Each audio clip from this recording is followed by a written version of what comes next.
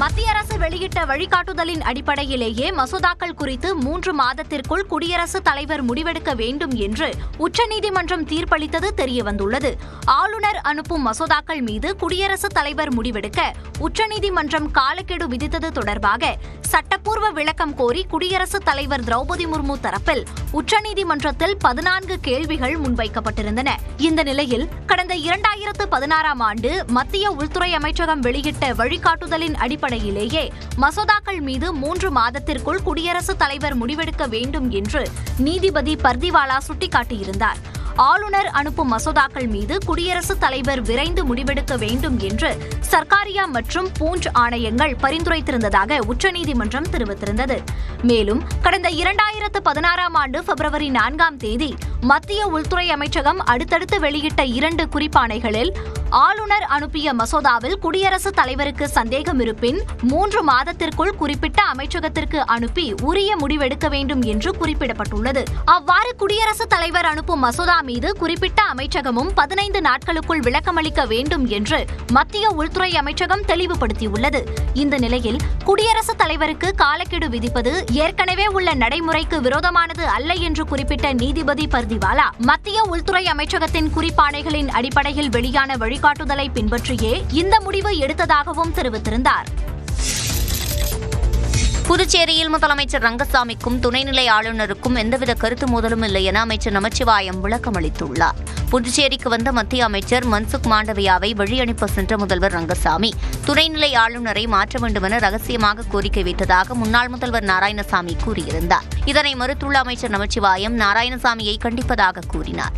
தொடர்ந்து முன்னாள் முதலமைச்சர் அவர்கள் தன்னுடைய வயிற்றெரிச்சல் காரணமாக எங்கே இந்த அரசாங்கம் மக்களிடத்திலே ஒரு நல்ல பெயரை எடுத்துவிடப் போகின்றது என்ற ஒரு அரசியல் உள்நோக்கத்தோடு இன்றைக்கு மாண்புமிகு துணைநிலை ஆளுநர்களுக்கும் முதல்வருக்கும் ஏதோ கருத்து மோதல் இருப்பதை போல ஒரு செய்தியை அவர்கள் சொல்லியிருக்கின்றார்கள். அதை முழுக்க அது மறுக்கப்பட வேண்டிய ஒன்று, கண்டிக்கப்பட வேண்டிய ஒன்று. பல்வேறு திட்டங்களை துணைநிலை ஆளுநரின் ஒப்புதலுடன் புதுச்சேரி அரசு சிறப்பாக செயல்படுத்தி வருவதாகவும் நமச்சிவாயம் தெரிவித்தார். திருப்பதி ஏழுமலையான் கோயிலில் அலைமோதும் கூட்டத்தால் பக்தர்கள் 16 மணி நேரம் காத்திருந்து சுவாமி தரிசனம் செய்கின்றனர். கோடை விடுமுறை காரணமாக திருப்பதி ஏழுமலையான் கோயிலுக்கு வரும் பக்தர்களின் எண்ணிக்கை வெகுவாக அதிகரித்துள்ளது. இதனால் திருப்பதி மலையில் தங்கும் அறைகளுக்கு கடும் தட்டுப்பாடு நிலவுகிறது. தங்குமறை கிடைக்காத பக்தர்கள் தேவஸ்தானத்தின் மெகா மண்டபங்கள், சொந்த வாகனங்கள் ஆகியவற்றில் தங்கி ஏழுமலையானை வழிபட்டு செல்கின்றனர்.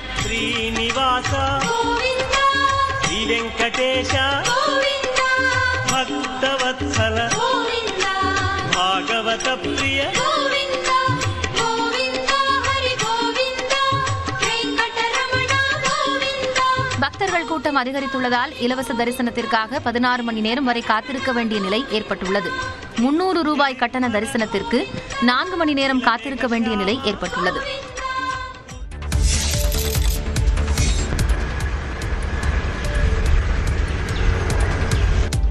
ஓசூர் கெலவரப்பள்ளி அணைக்கு வரக்கூடிய நீரில் குவியலாக ரசாயன நுரை பொங்கி வரக்கூடிய காட்சி விவசாயிகள் மற்றும் பொதுமக்களை வேதனையில் ஆழ்த்தியுள்ளது.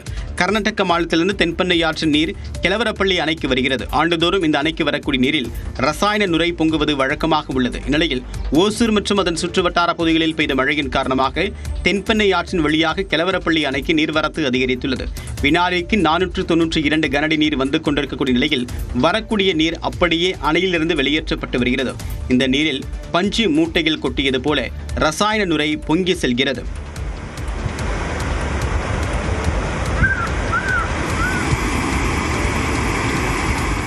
இதே மாதிரியான ஒரு கழிவு நீரை நம்ம இங்கேருந்து கர்நாடகாவுக்கு அனுப்புனோம்னா கர்நாடகா மக்கள் ஏற்றுக்குப்பாங்களா? கர்நாடகா விடுங்க, கேரளாவாகட்டும், இல்லை பாண்டிச்சேரி யாருக்காவது அனுப்புனால் இதை அண்டை மாநிலங்கள் ஏற்றுக்கொள்ளுமா? இதை தூய்மைப்படுத்தி பயன்படுத்தி கொள்ளணும் அப்படிங்கிற ஒரு தன்மை இல்லாதது, அதற்கான அரசும் அரசியல் தலைவர்களும் முயற்சி ஏற்படுத்தாமல் இருக்கிறது, தன்னார்வலர்களுக்கும் பொதுமக்களுக்கும் எல்லாருக்குமே இது ஒரு வருந்தக்கூடிய ஒரு சூழலை தான் ஏற்படுத்திக்கிட்டு இருக்குது. இது குறித்து உரிய நடவடிக்கை எடுக்க வேண்டும் என்ற கோரிக்கை எழுந்துள்ளது. விழுப்புரம் மாவட்டம் மரக்காணத்தில் மீனவர் வலையில் 250 கிலோ எடை கொண்ட அரிய வகை மீன் சிக்கியதால் மீனவர்கள் மகிழ்ச்சியடைந்தனர்.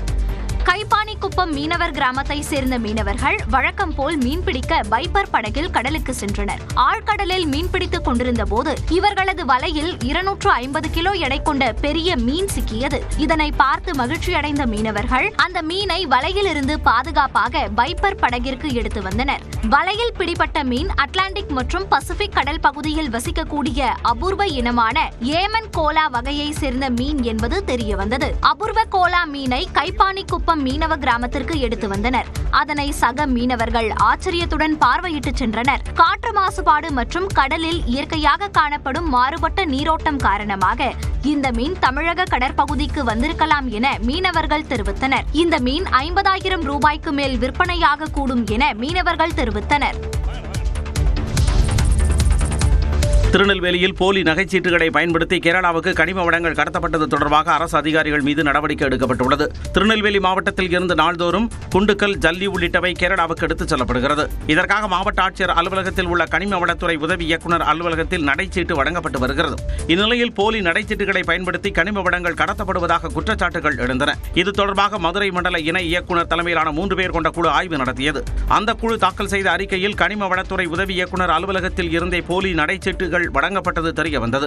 இதற்கு உடந்தையாக இருந்து அரசுக்கு இழப்பு ஏற்படுத்தியதாக நெல்லை மாவட்ட கனிம வளத்துறை உதவி இயக்குநர் பாலமுருகன் கட்டாய காத்திருப்பு பட்டியலுக்கு மாற்றம் செய்யப்பட்டுள்ளார். மேலும் நெல்லை கனிம வளத்துறை உதவி புவியியலாளர் சேகர், பெண் உதவியாளர், இடைநிலை உதவியாளர் காசிராஜன், தட்டச்சர் ஈஸ்வரி, ஓட்டுநர் ரமேஷ் உள்ளிட்டோர் பணியிட மாற்றம் செய்யப்பட்டுள்ளனர்.